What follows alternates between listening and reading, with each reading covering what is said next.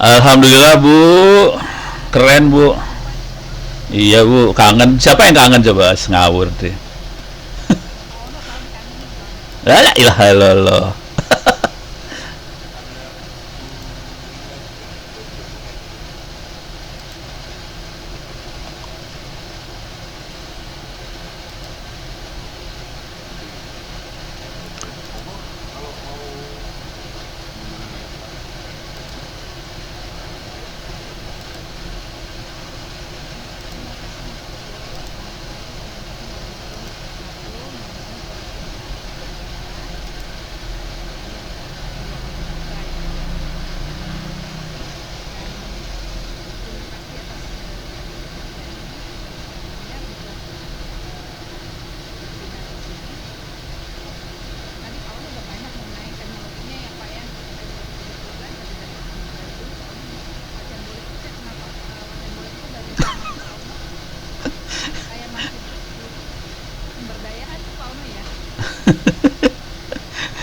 Wajah-wajah wajan itu ono.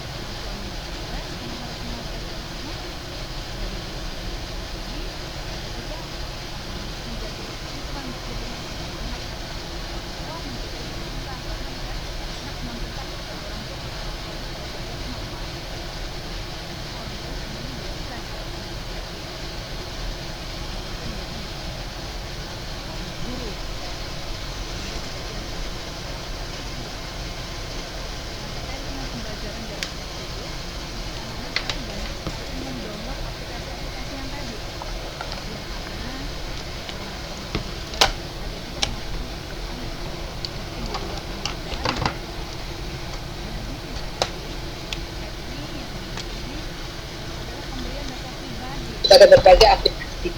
Ya, ini sekarang ini kita mungkin masyarakat atau kaum milenial ini memang lebih suka tadi mengupload sesuatu atau mengupdate status dan memberikan data pribadi melalui akun-akun media sosial, ya.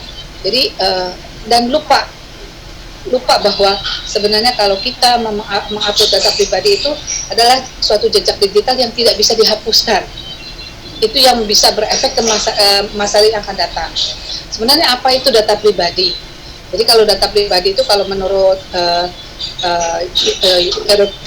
European Union itu adalah data pribadi, data yang berhubungan dengan seseorang sehingga dapat digunakan untuk mengidentifikasi orang tersebut, ya.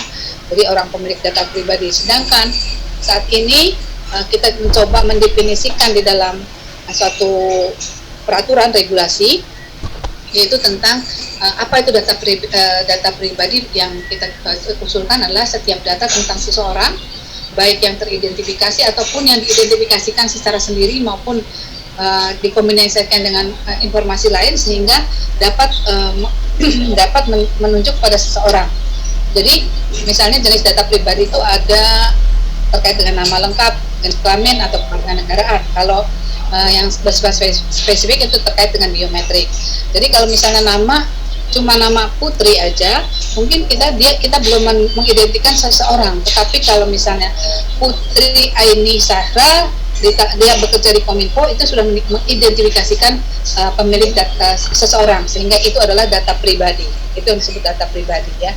Nah, data pribadi kita saat ini memang sudah banyak tersebar di mana-mana karena semuanya kegiatan yang dilakukan melalui internet itu pasti menginginkan data pribadi kita, ya.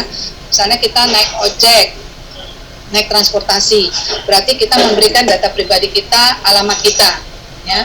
Kemudian kita melakukan transaksi jual beli, pemesanan e-commerce, kita juga memberikan data pribadi kita, yaitu nama kita, alamat kita, ya.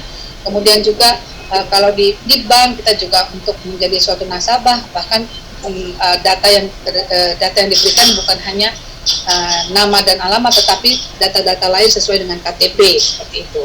Nah, data-data yang diberikan itu menjadi suatu jejak digital yang tidak bisa ditinggalkan. Misalnya kita juga mengupload status di media sosial, ya, terkait dengan alamat rumah kita, kegiatan kita, kemudian juga saudara-saudara kita, semua yang di-upload di media sosial itu menjadi jejak digital yang tidak bisa dihapuskan nantinya. Bahkan sekarang ini kalau kita melamar pekerjaan, ini kita untuk kita diminta kurikulum vitae atau data pribadi, mereka juga udah nggak lihat dari situ, tapi mereka lihat dari yang diminta di situ. Kan di kurikulum kita adalah akun medianya. Yang dia lihat adalah dari akun medianya, apakah itu di Facebook, Instagram, atau yang lainnya. Jadi itu yang menjadikan jejak digital kita dapat diketahui melalui media-media sosial yang ada. Nah, ini ada beberapa kerentanan terhadap data pribadi yang kita berikan pada saat kita melakukan transaksi, ya. Yang misalnya ada 50% aplikasi belanja Android mengirimkan pelacak kepada pengguna. Ini apakah benar nih apa enggak? Nanti mungkin Kang Ono yang bisa menjelaskan. Benar nggak sih kalau kita ngasih data itu bisa di handphone itu bisa terlacak, ya, penggunanya. Kemudian juga terkait juga akses atau izin aplikasi. Nah, itu kalau kita memberikan suatu nama, misalnya dalam satu sekarang itu kan lagi model yang namanya pinjaman online, ya, pinjol. Nah, terkait dengan pinjol itu, padahal menurut ketentuan si pinjol itu hanya bisa meminta data kepada peminjam, hanya nama, alamat, kamera, lokasi, ya, alamat itu lokasi. Tetapi banyak yang meminta lebih dari itu, misalnya minta kontak lah, gitu loh. Ini sudah sebenarnya di luar dari ketentuan bahwa dia meminta data lebih dari yang dibutuhkan. Ini yang kita perlu perhatikan pada saat kita memberikan data pribadi kepada pihak ketiga. Nah, oleh karena itu sekarang ini kita maka perlu yang namanya peraturan terkait dengan perlindungan data pribadi, karena data pribadi kita adalah milik kita pribadi, ya, sehingga kita harus menjaganya. Kemudian mengapa data pribadi penting? Misalnya karena menyangkut hak asasi manusia yang harus dilindungi. Kemudian juga itu ada peraturannya, kemudian ada dasar hukumnya. Kemudian data adalah aset komoditas yang bernilai tinggi di era big data dan ekonomi digital. Ini seperti yang disampaikan oleh Pak Presiden kita Jokowi, bahwa data adalah new oil katanya. Kemudian pelanggaran privasi yang sekarang ini terjadi, pelanggaran profesi ini, pelanggaran penjual beli data pribadi itu belum ada yang mengatur tentang sanksinya, ya, sehingga perlu ada sanksi terkait dengan kejahatan melalui yang dilakukan karena pelanggaran data pribadi. Kemudian juga masyarakat juga belum aware, ya, terhadap data pribadinya yang harusnya dilindungi dan tidak menyebarluaskan dengan mudah. Nah, ini yang makanya kenapa kita perlu yang namanya rancangan undang-undang perlindungan data pribadi, ya. Nah, ini kita jaga jangan sampai ketinggalan dari negara-negara lain. Ini sekarang sudah 132 negara yang punya RUU itu, ya. Indonesia belum, bahkan di ASEAN itu baru 4 negara yang punya. Nah, Indonesia dengan tahun ini mungkin bisa menjadi negara kelima yang mempunyai rancangan undang-undang perlindungan data pribadi. Nah, sekarang mungkin teman-teman adik-adik juga ingin sedikit mengetahui terkait dengan apa sih sebenarnya yang diatur dalam RUU data pribadi ini. Ini secara ininya, bahwa yang dalam undang-undang data pribadi ini nanti ini ada 3 pihak yang diatur. Pertama adalah pihak tadi, kita sebagai pemilik data pribadi, kita punya hak, kita punya wewenang, gitu ya. Kewajiban kita pemilik data pribadi akan diatur. Kemudian juga ada yang namanya yang mengumpulkan data pribadi. Yang mengumpulkan data pribadi itu disebut namanya pengendali data pribadi. Nah, dia punya kewajiban atau punya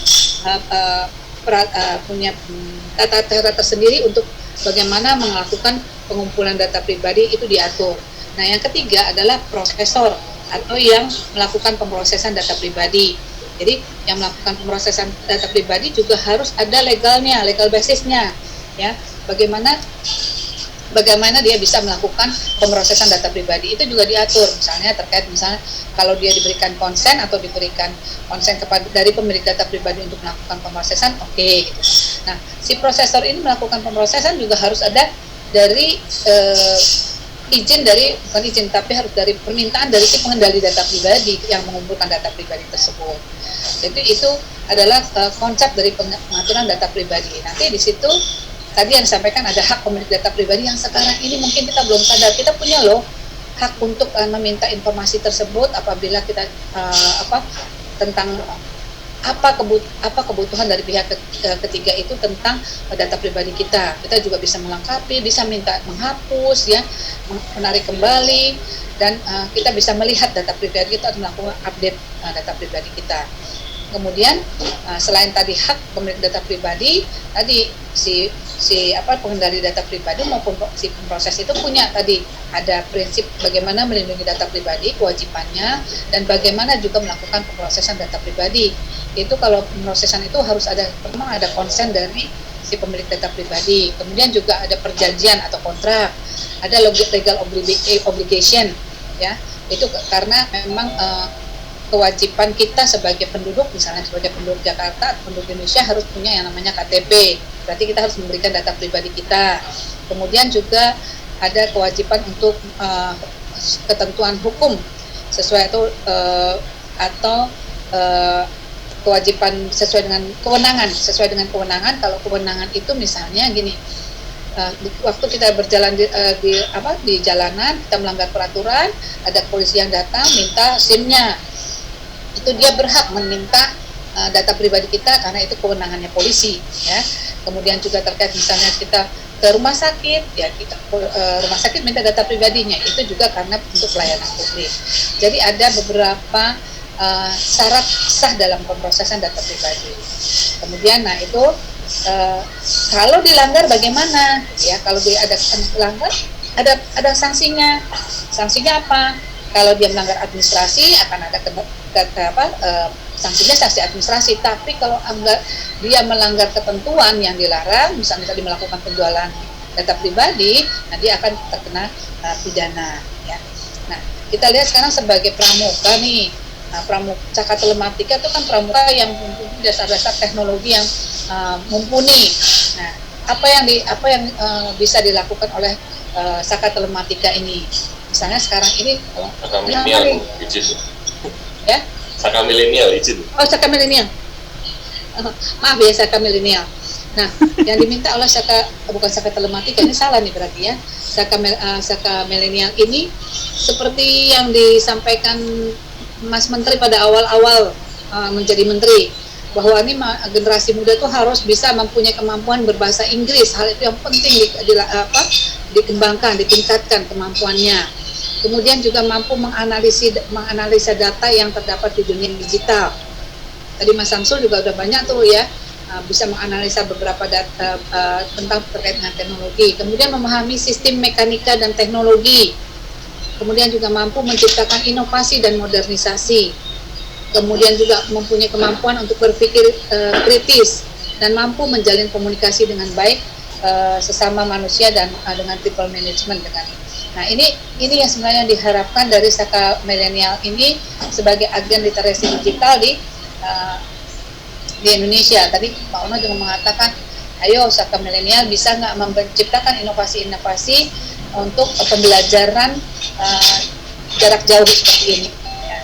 Nah, sedangkan terkait dengan tindakan pencegahan kebocoran data pribadi, ini juga perlu nanti kita perlu bantuan dari Cakra milenial nih untuk mensosialisasikan bagaimana kita menjaga data pribadi kita supaya jangan diumbar oleh masyarakat, oleh teman-teman kita. Misalnya jangan menyerahkan data pribadi ke situs web yang untuk mendapatkan hadiah, karena banyak nih kalau mau mendapatkan hadiah, undian kita memberikan data pribadi kita lengkap sesuai dengan KTP, ya.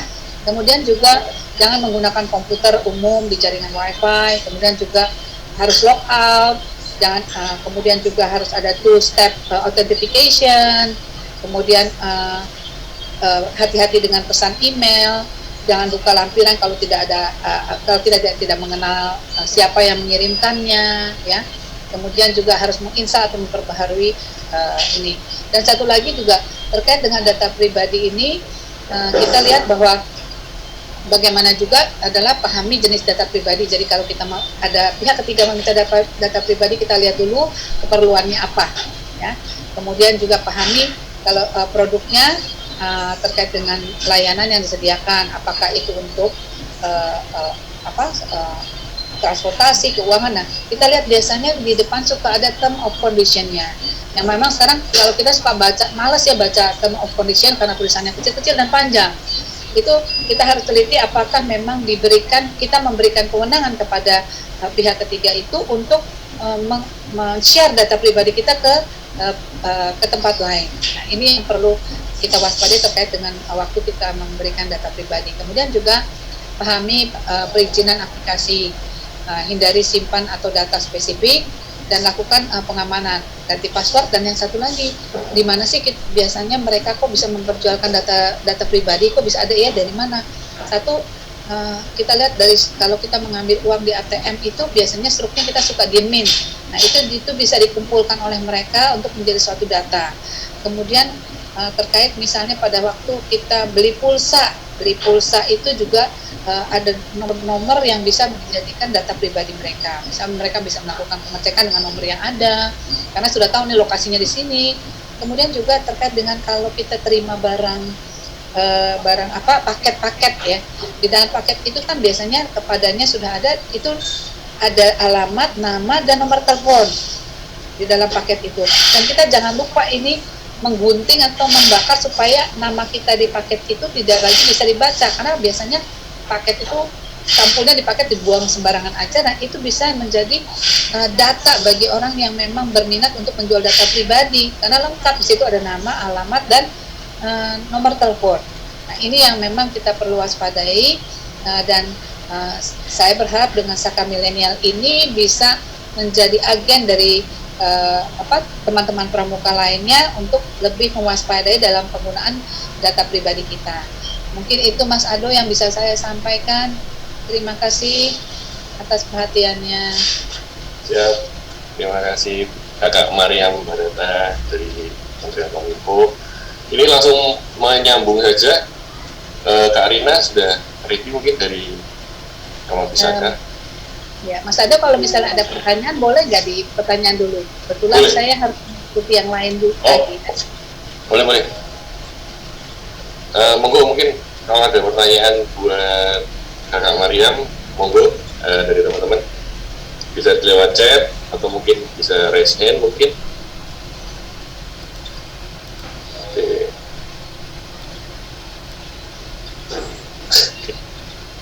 Materinya mungkin bisa di-share mungkin Kak Mariam Oke, nanti bisa. Materinya bisa saya share. Kelihatannya kan kalau teman-teman lebih suka mendapat materinya, biar nanti saya share ke teman-teman gitu kan. Ya, kita akan Kelihatannya- share di chatnya aja ya Mbak Mas ya. Boleh, siap. Oke. Karena kelihatannya teman-teman pertanyaannya masih ditahan itu. Gak ada yang bertanya. Biasanya belakangan nih nanti. Tapi kalau monggo Kak Maria mau melanjutkan, Ini ada Mas Amar ingin bertanya. oh siap. Monggo langsung dihidupkan mic-nya atau mau ditulis di chat. Amar Zaki. Di unmute mikrofonnya atau mau ditulis di chat? Oke, lewat chat. Jadi kita nunggu kamu ngetik dulu ya. Ada Ahmad Bustomi juga Pak. Mas. Ahmad Bustomi pakai mikrofon. Oh, kenapa memilih TVRI sebagai media pembelajaran? TVRI jarang sekali tersambung gitu. Monggo Kak Maria. Iya. Satu karena TVRI itu apa ya, TV nanti Mas Ono mungkin bisa juga membantu, karena TVRI itu kan sudah sampai kepada daerah, sampai pelosok Pak. Jadi kita harap karena sudah bisa sampai ke pelosok-pelosok, nah ini makanya digunakan TVRI untuk sebagai media pembelajaran. Sedangkan lagi pula kalau itu dari pemerintah kan itu TVRI adalah TV pemerintah, sehingga kalau misalnya pun ada pembelajaran melalui TVRI paling tidak pemerintah tidak dikenakan banyak biaya. Tetapi kalau misalnya pakai TV swasta kan ada slot-slot yang harus ada kita penuhi untuk pembayarannya, sehingga itu menjadi kos lagi untuk pemerintah. Tapi dengan TVRI kita bisa melakukan pembelajaran sampai ke pelosoknya. Seperti itu sih Mas. Ya.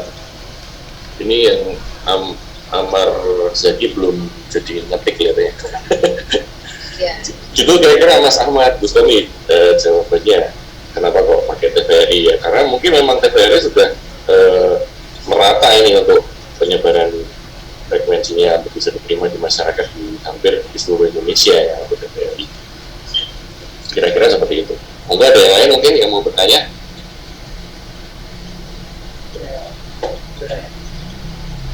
Izin bertanya Bu Mariam, Silakan. ini kan sudah mulai era TV digital, sudah mulai digencarkan di akhir-akhir tahun ini, 2 tahun belakangan ini. Jadi Iya. kebijakannya tuh gimana Bu untuk kedepannya? Apakah jadi migrasi ke digital semua TV-nya atau tetap seperti ini aja? Soalnya kan di TV digital juga itu jangkauan lebih luas, gambar juga lebih bening, dan Ya. TVRI pun sekarang juga sudah ada gambar di TV digital Bu. Itu aja sih. Terima kasih Bu. Ya, memang kita arahnya ada ke penggunaan TV digital. Tapi tadi tidak bisa untuk menggunakan TV digital itu tidak bisa langsung secara keseluruhan kita terapkan. Kita menerapkannya secara bertahap.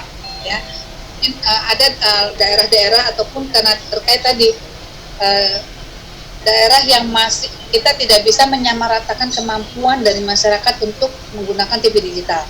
Oleh karena itu tadi kita melakukannya secara bertahap dan sampai akhirnya nanti akan semua menggunakan TV digital. Seperti itu Mas. Berarti ya Kak Ya. Mariam ya. Iya. Gitu Kak Devi. Nih akhirnya ada yang Terima kasih. Amar ini Kak izin bertanya Kak, kan kebanyakan di lingkungan hidup saya itu masyarakatnya mayoritas masih awam terhadap hal-hal digitalitas milenial seperti mengenai data pribadi. Nah, bagaimana langkah awal saya agar mereka dapat memahami hal tersebut dan cara yang paling efektif itu bagaimana? Terima kasih. Oh, Kak Mariam. Iya, memang kita sadari bahwa yang tadi terkait saat ini banyak orang yang belum aware terhadap data pribadi ya, karena muncul dengan adanya perkembangan teknologi, terus mudahnya kita berkomunikasi melalui media sosial, melalui WA, melalui Facebook, melalui Line dan lain-lain, itu orang semakin jadi tidak aware dengan data pribadinya. Jadi karena senang bisa mengungkapkan jati diri melalui media sosial, bahkan menjadi suatu tren bahwa kalau kita dikenal banyak orang itu berarti kita orang yang memang supel dengan cap-cap seperti itu, sehingga orang tidak aware data pribadinya diumbar gitu, dimasukkan ke semua supaya orang tahu bahwa kegiatanku seperti ini loh gitu loh. Nah ini kita perlu memberikan kewaspadaan, terutama tadi terkait bahwa kalau kita sudah mengumbar atau sudah memberikan data pribadi kita melalui media sosial, itu sulit untuk dihapus ya. Itu menjadi jejak-jejak kita yang bisa kita terlihat pada saat dimana nanti sesudah kita untuk melamar pekerjaan itu menjadi satu referensi. Ini yang mungkin perlu diingatkan, dibantu nanti oleh kakak-kakak Saka milenial nih, lebih mengingatkan kepada adik-adik pramuka lainnya untuk supaya jangan suka mengumbar data pribadi, misalnya sampai ada yang mengumbar alamat saudara-saudara ataupun kartu keluarga foto dimasukin ya, kemudian kartu sekolah itu namanya kartu sekolah tuh kartu pelajar difoto dimasukin gitu loh.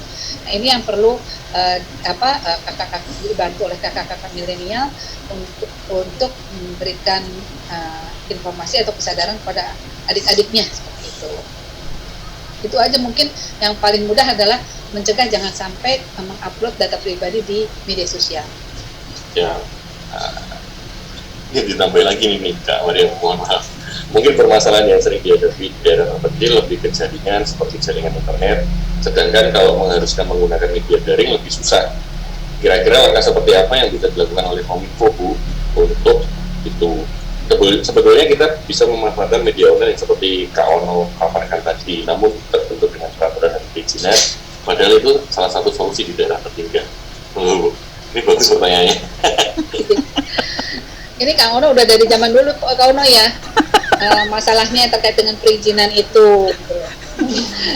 Itu nanti mungkin Kang Ono yang bisa menjawab terkait dengan perizinan. Tapi gini, kalau kami melihatnya dari segi kontennya ya, sebenarnya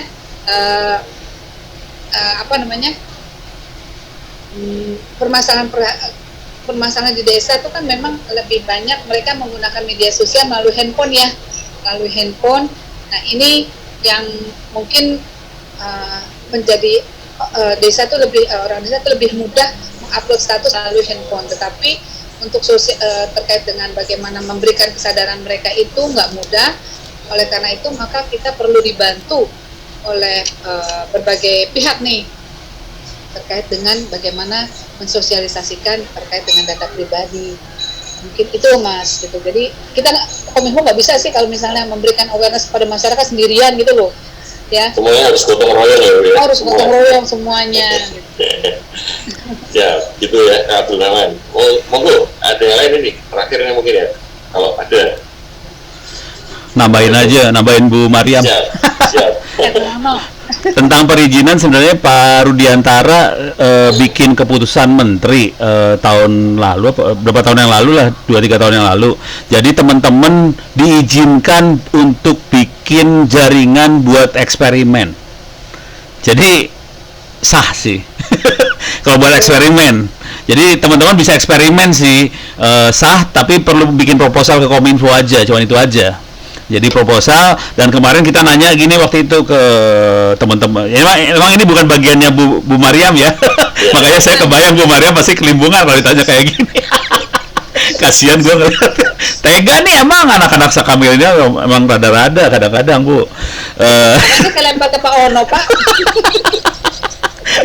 Jadi secara kalau Anda mau eksperimen ada peraturannya, Pak Rudiantara tanda tangan, Anda bisa eksperimen. Dan eksperimennya dahsyat banget sampai Anda bisa bikin seluler sendiri di desa. Untuk eksperimen diizinkan. Yang perlu dilakukan adalah bikin proposal ke Kominfo dan dikasih waktu 1 tahun buat eksperimen segala macam. Ini ada pertanyaan lagi tambahan buat Mas Abdurrahman, apakah susah perizinannya? Kalau buat eksperimen nggak susah sama sekali. Asli nggak susah. Saya udah ngerjain sama teman-teman dan kita bikin BTS di Papua ada 15 biji, 5G nyala sekarang. Gitu. Jadi Anda bisa eksperimen sih sebenarnya. Cuman bikin proposal ya, jangan diem-diem. Kalau diem-diem nanti dianggap ilegal gitu. Ya. Siap. Itu mungkin kalau bisa lebih detail, Kak Ono, mungkin proposalnya ditujukan kemana nih kira-kira? Jadi biar ya bentar. Kan biasanya kalau anak-anak sekarang milenial tuh pada lebih jeli, terus ngirimnya proposal kemana? Ya bentar. Ya udah, ntar saya siapin dulu materinya. Bukan materi, saya kumpul cari ini, artinya apa? Aturannya gue cari dulu ya. Siap. Oke, kira-kira gitu. Jadi kedirjen yang lain sih ada, kalau Aptika kan memang terkait internet, tapi kalau terkait dengan jaringan itu kedirjen yang lain ya Pak One ya. Iya. PPI ya Pak.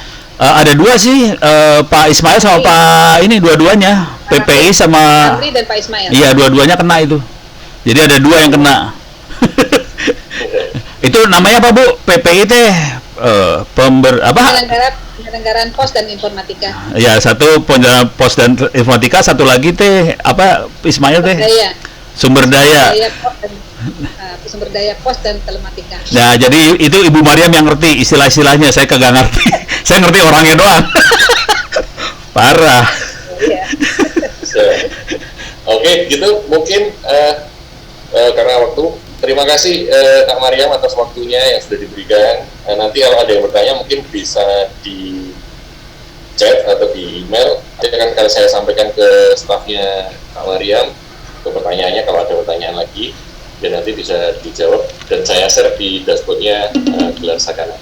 Terima kasih atas waktunya Kak Mariam. Ini tanpa mengurangi rasa hormat, saya langsung berpindah ke Kak Rina, Kepala Dinas Kominfo Provinsi Jawa Tengah. Monggo mungkin bisa diaktifkan. Mas Ardo, saya mungkin agak klik dulu sementara ini, tapi teman saya Putri akan terus mengikuti. Kalau ada pertanyaan saya akan melalui Mbak Putri. Siap, terima kasih Kak Rina. Ya, makasih Kak Ono, makasih ya Kak Ono, sampai ketemu lagi Kak Ono. Siap Bu, terima kasih sama-sama. Monggo Kak Rina, apa bisa dinyalakan untuk mikrofon? Siap. Selamat siang, salam sejahtera untuk kita semua.